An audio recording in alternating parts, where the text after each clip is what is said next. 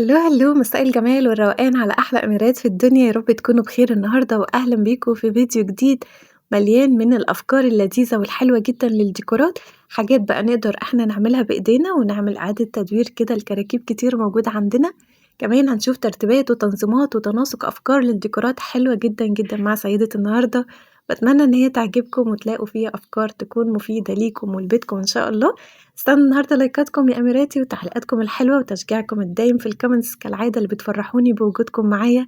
وأكيد طبعا يشرفني لو أول مرة تشوفيني وعجبك الفيديو ما تنسيش السبسكرايب واكتبولي كده كومنت حلو كده باسمكم علشان أرحب بوجودكم معانا إن شاء الله في الفيديو الجاي. بدأنا الفيديو مع بعض كده بالورد الحلو جدا، طبعا احنا دخلنا خلاص في فصل الربيع. يا رب كل أيامكم تكون فرح وسعادة وبهجة كده. وبدأت تورينا الورد اللي بتضيفه في لمسات كتير عندها في البيت. شفنا الانتر اريا اللون الأصفر المبهج قوي اللي بدأت تحطه في الفازات عندها والورد بتاعها. وكمان هنا الألوان الجميلة قوي للورد في المطبخ مع الشموع، طبعا حاطة شوية تفاصيل كده لأعياد الربيع الأرانب والبيض والحاجات دي. بس فكرة الورد قد إيه بتبقى حلوة، إحنا مش شرط إن كل موسم وكل مناسبة نعمل ديكور، لكن في ديكورات ممكن تكون بسيطة أوي وتكون ثابتة عندنا في طول الوقت طول السنة، بتدينا راحة حلوة أوي في البيت. فالورد من أكتر الأفكار البسيطة والسهلة وفي نفس الوقت حلوة جدا وهتديكي راحة نفسية حلوة أوي، تقدروا تضيفوه طول الوقت عندكم.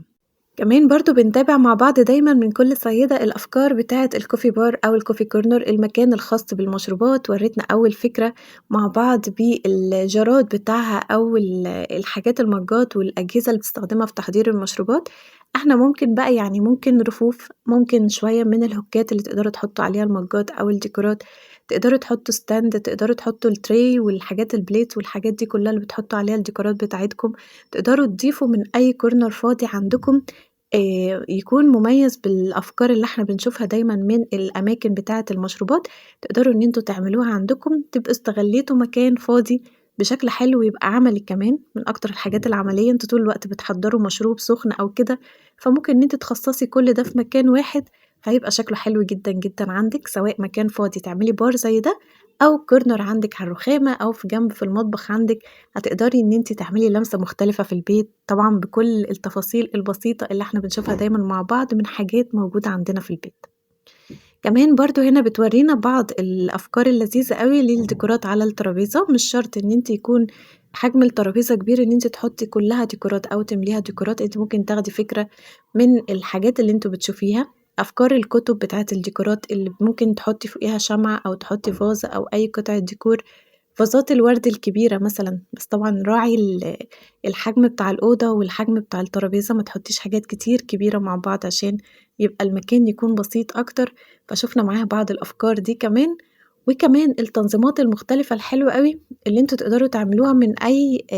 حاجة تِرْبو أو حاجة فيها أدوار، تقدروا إن أنتم تستفيدوا بحاجة زي دي في تنظيمات كتيرة أوي، ممكن بقى في المطبخ، ممكن في الحمام، ممكن في الأدوات الخاصة بيكِ أنتِ، ممكن في غرفة الأطفال، ممكن تعمليها كمان برضه في الcoffee bar على فكرة، تحطي مثلًا المشروبات بتاعتِك أو الكوبايات بتاعتِك والحاجات دي برضه في قطعة زي دي، تبقي استغليتِ المكان نظّمتيه. يعني شُفنا ليها ترتيبة هنا في الحمام، شُفنا ليها ترتيبة كمان ممكن تحطّي فيها بعض من الحاجات اللي في المطبخ، الفواكه والمشروبات بتاعتها والحاجات دي كلّها، فليها كذا فكرة تقدر إن هي تنظّمهم بطريقة حلوة أوي، تستغل المكان صح، لمِّت حاجات كتير بطريقة حلوة، وفي نفس الوقت هي عملية بتحرّكها بكل سهولة حجمها كبير، فطبعًا ليها أشكال وأحجام كتيرة أوي تقدروا كمان تستفيدوا بيها. لو أنتم عندكم أماكن التخزين محدودة، تقدروا إن أنتم تضيفوا قطعة زي دي. من أفكارها كمان اللذيذة تغييرها لبعض الحاجات اللي موجودة عندها في الحمام، مكان الشاور إن بدأت تغيّر المكان بتاع الشاور، اللي هو الدُش كده تحط فيه حاجة جديدة. كمان الحاجات بتاعة المناديل أو المنظمات اللي بتحطي فيها الشامبوهات والحاجات بتاعة الاستحمام كلّها، بدأت إن هي تغيّر فيها. طريقة التنظيم بتفرق جدًا، يعني شُفنا الشكل الأبيض، هنا كمان شكل تاني باللون الأسود. الحلو والجميل إن الحاجات كلّها زي ما أنتم شايفين كده باللزق، يعني هي مش هتكسّر ولا هتبهدل الدنيا ومسامير وكده وشنيور بقى والكلام ده كلّه، لأ هي بس مجرّد الهوكات بتحط لها الdouble face بتاعها، وكمان شُفنا الحاجات اللي هي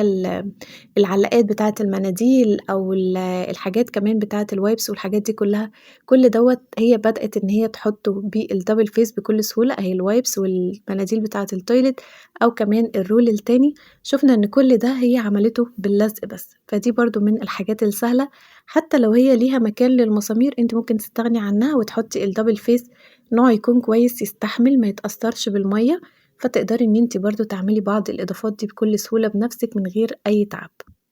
كمان هنا برضه بعض اللمسات عندها في الحمام، ممكن برضه لو أنتِ عندِك مكان فاضي حابة إن أنتِ تعملي فيه ديكور، في نفس الوقت تبقي مستغلية المكان تنظّمي وتلمّي الحاجة بتاعتِك، آدي كمان فكرة الرفوف اللي بدأت تحط فيها بعض الديكورات، اللمسات الحلوة أوي عندها في الحمام سواء الفازات بتاعة الورد أو الحاجات طريقة ترتيب أصلًا الفوطة أو الحاجات اللي بتستخدمها في الحمام، طريقة الترتيب دي أكيد بتفرق. فكل حاجة عندها بجد منظمة أوي، شكلها حلو، فيا رب كده تكونوا لقيتوا أفكار أنتم كمان لو بتدوّروا على التجديد دايمًا والشكل الحلو في نفس الوقت، ممكن إن أنتم تاخدوا أفكار من الفيديوهات اللي إحنا دايمًا بنعرضها مع بعض. كمان برضه هي عندها بعض أفكار الديكورات زي ما أنتم شايفين كده أمّا بدأت تعمل شوية من التابلوهات بتاعتها، يعني بتحب تستغل كل حاجة موجودة عندها تعمل لها إعادة تدوير، فتخلّي شكل المكان بتاعها يكون أحسن، هي عندها شوية قطع من ممكن خشب، ممكن من كرتون، هي بدأت تعملهم بشكل متداخل كده مع بعض، ضافت لهم اللون الدهبي مع الأسود مع الأبيض، التابلوهات الحاجات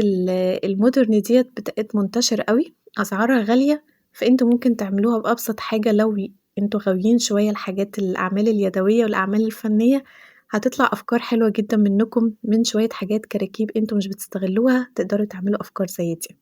أفكار كمان المنظمات اللي إحنا دايمًا بنشوفها مع بعض من كل سيدة والتانية، سواء بقى سيدة عربية، سيدة أجنبية، كل سيدة من كل دولة بتورينا أفكار المنظمات اللي إحنا بقينا نعرف ريفيوهات عن حاجات موجودة في السوق، نقدر إحنا كمان نستفيد بيها وتنظم معانا المكان بطريقة عملية وتكون مفيدة لينا أكتر. وريتنا هنا تنظيم الحاجات كلها الخاصة بقى بالشاور وحاجات الskin care وحاجات العناية كلها، بدأت تورينا طريقة التنظيم، الحلو إن المنظم نفسه من النوع اللي هو بيتسحب، فبتقدر إن هي تشوف كل حاجة موجودة حتى لو ورا بكل سهولة، فدي برضه كانت من أفكار المنظمات بتاعتها.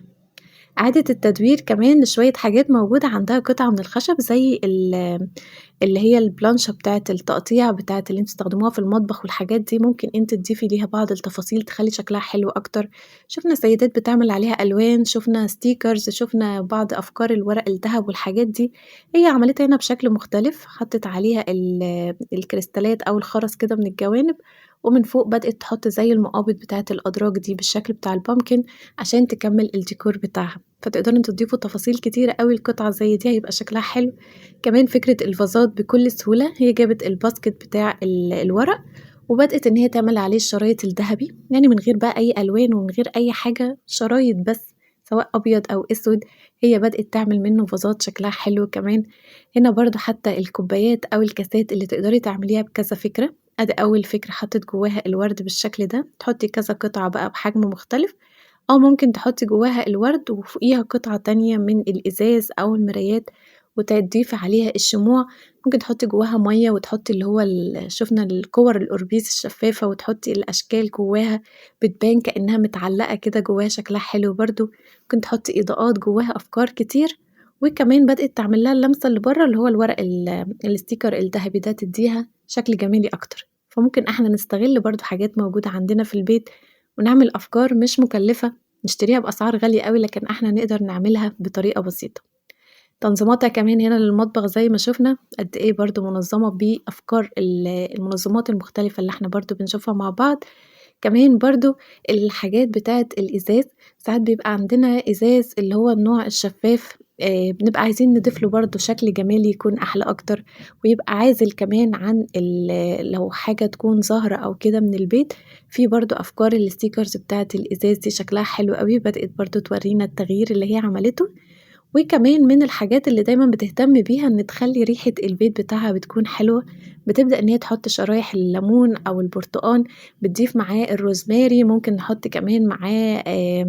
أي حاجة بقى بتدّي ريحة، ممكن قرنفل، ممكن قرفة، وهي بتحط كمان هنا اللافندر، ممكن تحطوا فانيليا، ممكن تحطوا النجمة بتاعة اليانسون، ممكن تحطوا حاجات كتيرة أوي، تسيبوا المَيّة دي تغلي على النار، بتدّي ريحة حلوة أوي، ممكن تعملوها بقى لو جنب أكلات بتعملوها ريحتها نفاذة في البيت، تخلّوا كمان الطبق ده أو المَيّة دي تكون موجودة جنبكم عشان تمتص كل الروايح، ويبقى دايمًا ريحة البيت عندكم حلوة. من الحاجات كمان اللي بتخلّي ريحة المطبخ ما تكونش لطيفة ممكن الحوض، فدايمًا برضه استخدموا الكربونات والخل والمَيّة السخنة إنكم تنضّفوا الحوض كويس أوي، وآدي بعض لمسات الديكورات كمان اللي بتضيفها عندها في المطبخ، قد إيه هي لذيذة أوي بكل أفكارها، سواء تنسيق الديكورات أو الحاجات اللي كانت بتعملها جديدة والترتيبات والتنظيمات. يا رب يكون الفيديو النهارده عجبكم ولقيتوا فيه أفكار مفيدة ليكم ولبيتكم إن شاء الله، أستنى لايكاتكم وتعليقاتكم الحلوة واشتراكك في القناة لو لسه ما انضمتيش لأحلى عيلة في الدنيا، أستنى تعليقاتكم، نتقابل بكرة على خير إن شاء الله بفيديو جديد وأفكار جديدة وسعيدة جديدة، ناخد تريكات لبيتنا عشان دايمًا نخليه في أفضل صورة إن شاء الله، أشوفكم على خير الفيديو الجاي يا أميراتي وسلام.